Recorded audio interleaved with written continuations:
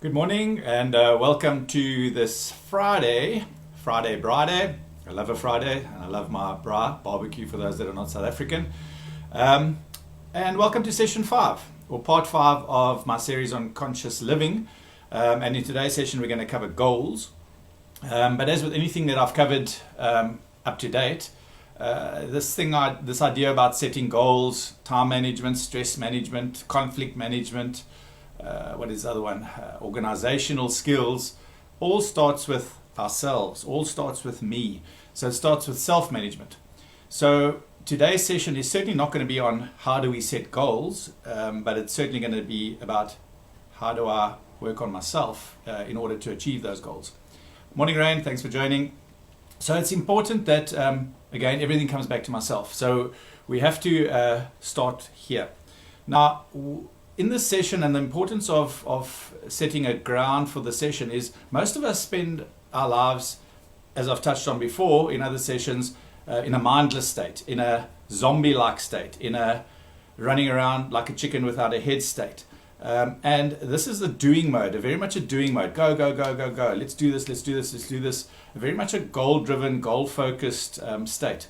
Now, while goal setting is extremely important for us and for our well-being, an excessive focus on getting things done is extremely detrimental to our general well-being, and we can miss out on a lot, and we're going to talk more about this in the session, so I don't want to go spend too much time there. So what we're going to try and achieve today is to help you to understand how mindfulness or conscious living is going to allow you to find a balance between having insufficient focus on your goals compared to this excessive focus on goals. And when we spend this time excessively focusing on goals, I've worked with so many people that have so much going on in their lives, so many things to do, and just can't get to any of them because there's so much going on. And we call this in psychology the ironic process of control. And these people are arguably fairly controlling themselves and yet get nothing done. Why? Because there's so much on their plate and they're not able to focus on exactly what needs to be done, and constantly running around trying to put out all the fires and not actually getting any of the fires put out. And we'll talk about this later on as well, but when we get this ironic process of control, it's like lying in bed trying to fall asleep. You're not going to be able to fall asleep. Or if you're trying to meditate, not being able to meditate because you're saying, I have to relax, and you're never going to be able to relax like that. Morning, Ray. Morning, Madeline. Thanks for joining us. So the important part, certainly when we're looking at goals or this idea about goals, is, and when we have this excessive focus on the future, is to break the goal down into something a lot smaller. So if we think of a soul of sardines, or a school of sardines, if you look at it from the top, it looks like this thick black mass, and it looks like one unit of black mass of oil. It looks like an oil slick. But if you go look closely, it's a whole lot of little sardines. So today's session is mainly focused, as with any mindfulness program, on getting into the present and what do I need to do today. And you'll see the posts that I post on my Facebook page today are all going to be around that. And thanks, Rain, for prompting me to think of this word procrastination, because often people come to me because they procrastinate a lot. So a lot of the posts today on my Facebook page are around procrastination and putting things off tomorrow, what we can do today and how do we overcome this. So it's the same with eating an elephant. It's one small teaspoon at a time. You can eat an elephant, but it's going to take you a long time, but you have to keep at it one step at a time. All right, so let's head into today's session. Please, if you're watching the video, say how's it, so I know you're there. Make any comments. I won't be able to interact with you, but certainly after the session I will answer any questions that you might have or engage with you. But yeah, I really appreciate it. Please don't be shy. Put your name down there and say that you're watching. It's not, you don't have to be scared about it. All right, so let's get into today's session. So we have already just briefly touched on this idea that excessive focus is a major obstacle to mindful awareness. We lose out a lot on what's happening in the present if we're focusing on the future. A chap that did come to one of my courses said to me, Greg, please, I don't want you to stop me being goal-driven. And I said, certainly I'm not going to stop you being goal-driven, but you're missing out a lot on what's going on around you. And we'll talk a bit about this, how we miss out on our families, our partners, our children, because we're so focused on this doing mode. So, like I said, so if we're constantly doing, we're missing out on being. And I often say to people, we are actually human beings and not human doings. And we need to learn how to become human again. So mindfulness, we're going to introduce this again today as a key of finding balance between this future focus and present focus. And of course, the pitfalls of the success of future focus versus the benefits of a grateful relationship with the present. This chap that I'm thinking of, he used to always tease me because on Facebook I like to post hashtag simple joy or hashtag blessed moment. And we miss out on those simple joys and blessed moments if we're constantly trying to get to the destination and not enjoy the process. So some theoretical background. So I've already said to you, we're not talking about goal setting, how to set goals.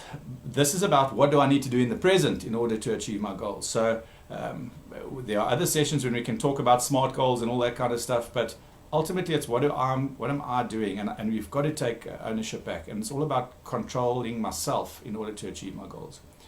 All right, so goal setting is extremely important as a mindful practice, but even when we're practicing mindfulness, the minute you make mindfulness your goal, you're not being mindful, because then you're getting into the future moment. So understand that to become mindful, to become conscious, it is a matter of doing and a matter of being. It's a state of being.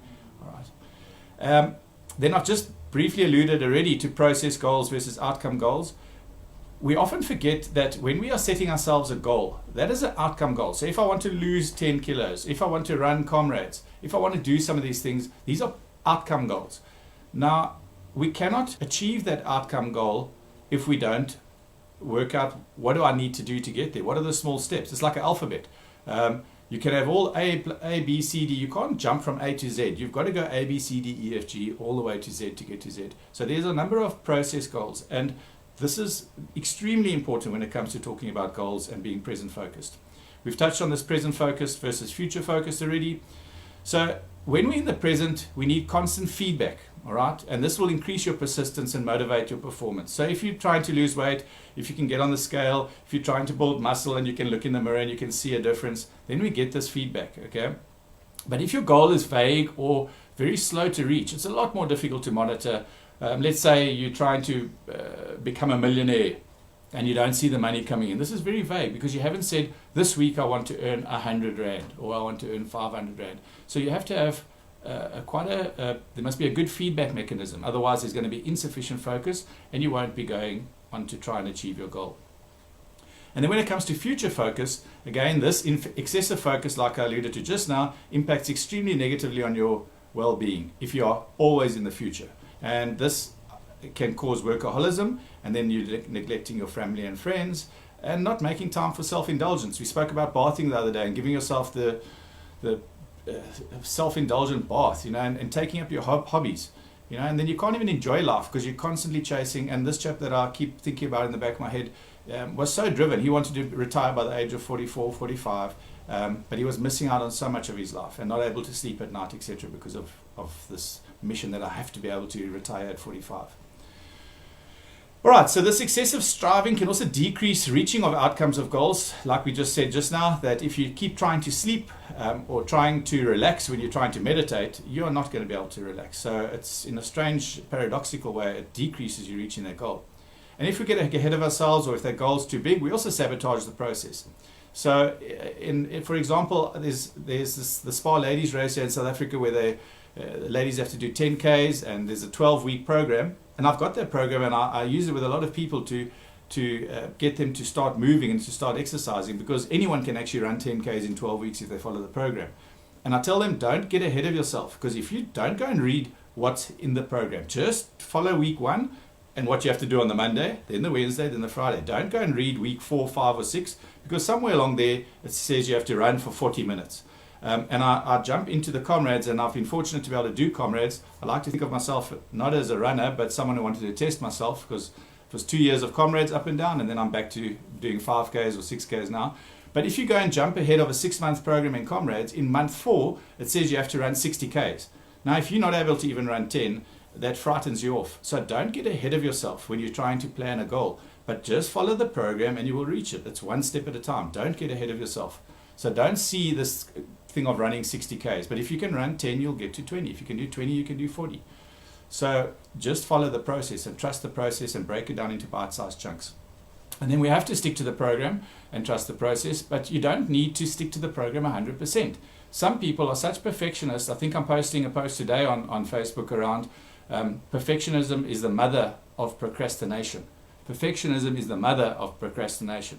Why? Because we want everything to be perfect. We want my next move to be perfect. We want the book I want to write to be perfect. We want the presentation to be perfect. And it's not.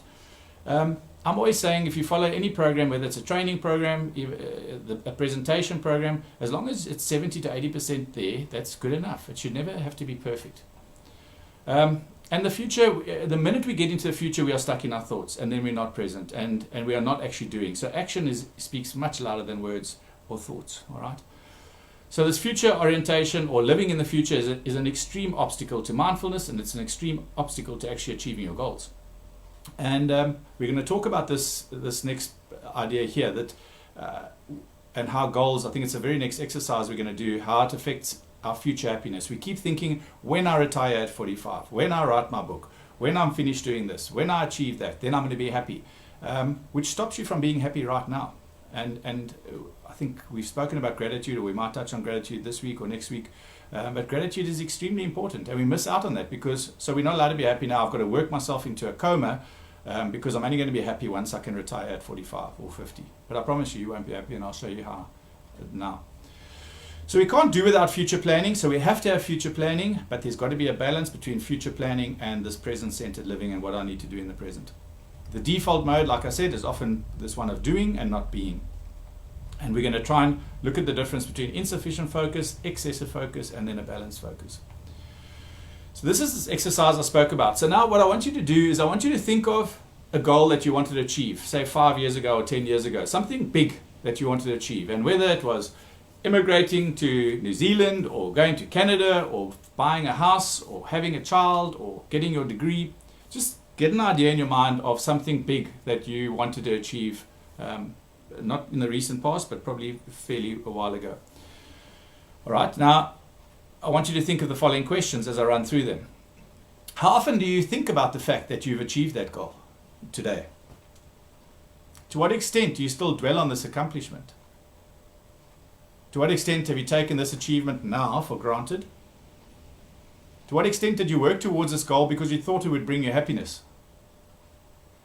And are there currently goals that you still want to reach that hold a similar promise of happiness? I'm going to be happy when I get there. Okay? Now, what's extremely important to, when you think about these goals, so if I think of running Comrades, I'm still very proud of myself for running Comrades, but I certainly don't dwell on it. I've got a wonderful photo here of me finishing the Comrades, and I feel great when I look at the photograph, but it doesn't sit in my mind all the time, and I was very happy when I achieved it. But most of us don't dwell on these accomplishments for very long. We do take those achievements now for granted. And I did do it because I thought it's going to make me happy and it's going to give me a sense of achievement. But we often overestimate. So the goal of this exercise is to show how we overestimate that impact of how happy we are, and then how quickly we adapt to that happiness. And we call this hedonic adaptation. So the primary goal of this exercise is to develop an awareness of this impact bias, that you're going to be happy when you arrive in your new country that you've chosen, but that happiness might not be long-lived, all right? And then we kind of settle into the groove. I always wanted to live at the beach. I still love living down at the beachfront, and I love hearing the sea at night. Or if you've got a beautiful view in your house, sometimes we take those views for granted, and we have to keep reminding ourselves to enjoy what we have in front of us.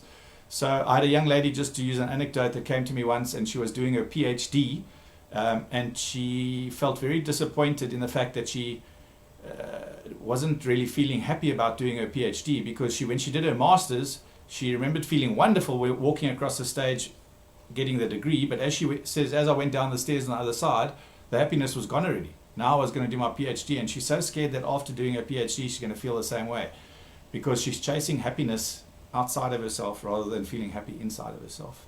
Okay. So today's presentation, we're going to look at the benefits of goals, we're going to look at goal-related pitfalls, and then we're going to look at mindfulness and goals. So of course, we cannot argue that we need to have goals. Hi Anne, welcome, thanks for joining.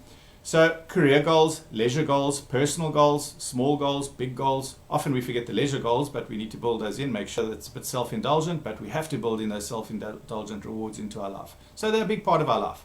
And goals obviously determine our direction, increase motivation, they build self-efficacy, and enhance focus.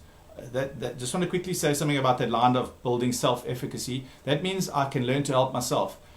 If you constantly have goals and don't achieve them because they're so big and it creates problems, it's extremely important that we break them into smaller pieces, because when you break them into smaller pieces, you start realizing I can do whatever I set my mind to. And it's something that I've done in my life. Every single thing I've committed to, I've ended up doing. And every time we do something or achieve something that we've said we're going to do, it builds self-efficacy. And then nothing can stand in my way if I put my mind to it. All right? And we start trusting ourselves to be able to achieve this. So some goal-related pitfalls. This is where we speak about this excessive focus, and it can have paradoxical effects. So rather than getting closer to the goal, we find ourselves moving away from what it is we're trying to achieve. So if we're trying not to think about negative thoughts about myself, I'm going to end up experiencing lower self-esteem. If we're trying to lose weight, we're going to end up eating more often. And of course, we've spoken about this. If you're lying in bed saying, I must fall asleep, I've got to fall asleep, you're never going to fall asleep. So if we have this goal of weight or staying awake and wanting to be somewhere else, if there's a big gap, we become quite aware of this discrepancy. And sometimes that goal is so big that we think I'll never be able to do it. Instead of breaking it down into small, I think if you're trying to lose weight, the healthy, they say, is about 500 grams a week. And that's all we're supposed to be losing, 500 grams a week. And if you're losing 500 grams a week, you'll get to your goal of 60 kilos, for example. So we have to break it a bit smaller. And this causes a lot of frustration. And again, I start thinking, well, I'm useless, I'm never going to get there. And we don't even end up trying. Procrastination. And when we are, if that goal is too big, we have this decreased attention for trying to even achieve it, and a lower quality of present moment activity in moving towards that. Just to jump back to this comrades, running the comrades, it's 90 kilometers, around about 90 kilometers that we run. And you get taught when you're training is one step at a time.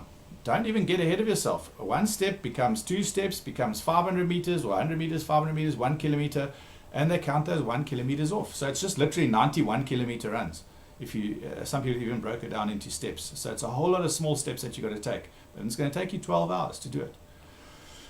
So what happens is we end up having less attention for the now if we have this future focus and goal-related pitfalls, because we're constantly thinking about where I want to be. And the minute we think where we want to be, we're stuck in the future because we're thinking. And a lot of attention for goals means a lots of thoughts. And when we talk about a chicken without a head, often people that are running around like a chicken without a head are so caught up in their heads and their goals and their thinking that they're not actually doing anything. They're not doing stuff. So we have to go back to action, okay, to making things happen. So the now is merely a way to get to the next moment. They don't even think of the now. It's just passing time. It's never important as the goal, and it's not good enough. Okay. Someone once said he couldn't find any value in sitting still, or he couldn't find any value in lying in bed with his partner because he's got a job to do and he needed to get there. And their relationship broke up because of that, because he just felt that was unproductive, and he was trying to chase a goal and make their lives secure and have money for the relationship, etc. But he lost his relationship because he had forgotten about the present moment stuff.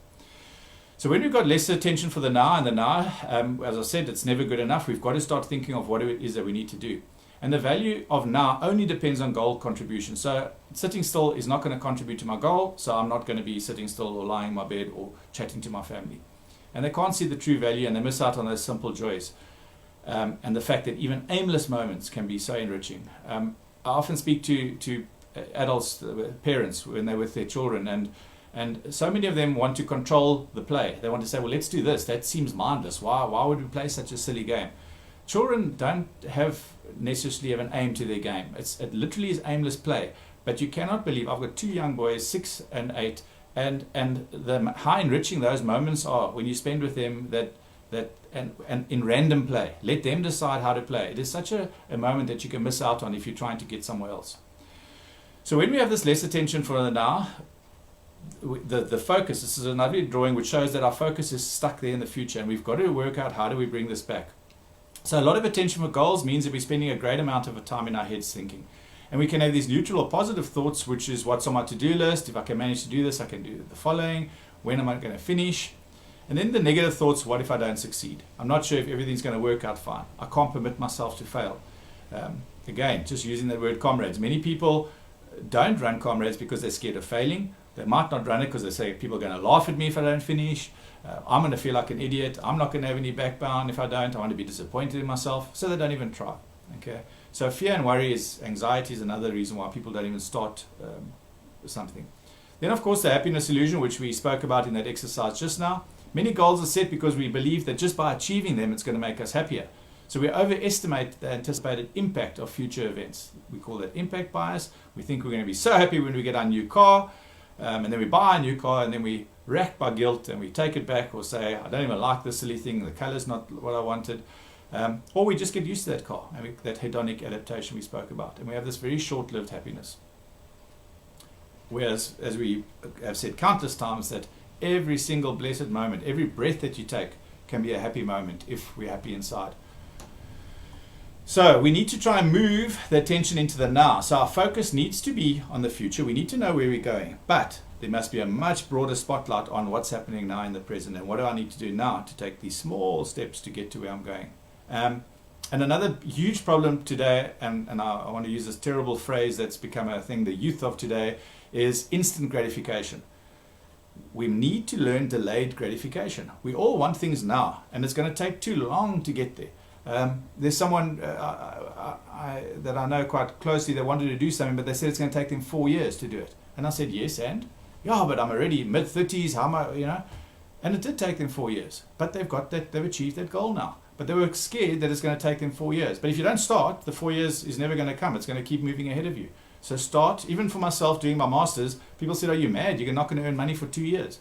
And I said, you'll be quite surprised that when you stand on the other side of 2 years and look back, how quickly 2 years passes. And even if you think in your own lives backwards over the last 5 years, how quickly those 5 years went. So 5 years is not a long time to be studying something, to be trying to write a book, to trying to achieve a goal. But you have to start now in order to get to that future goal.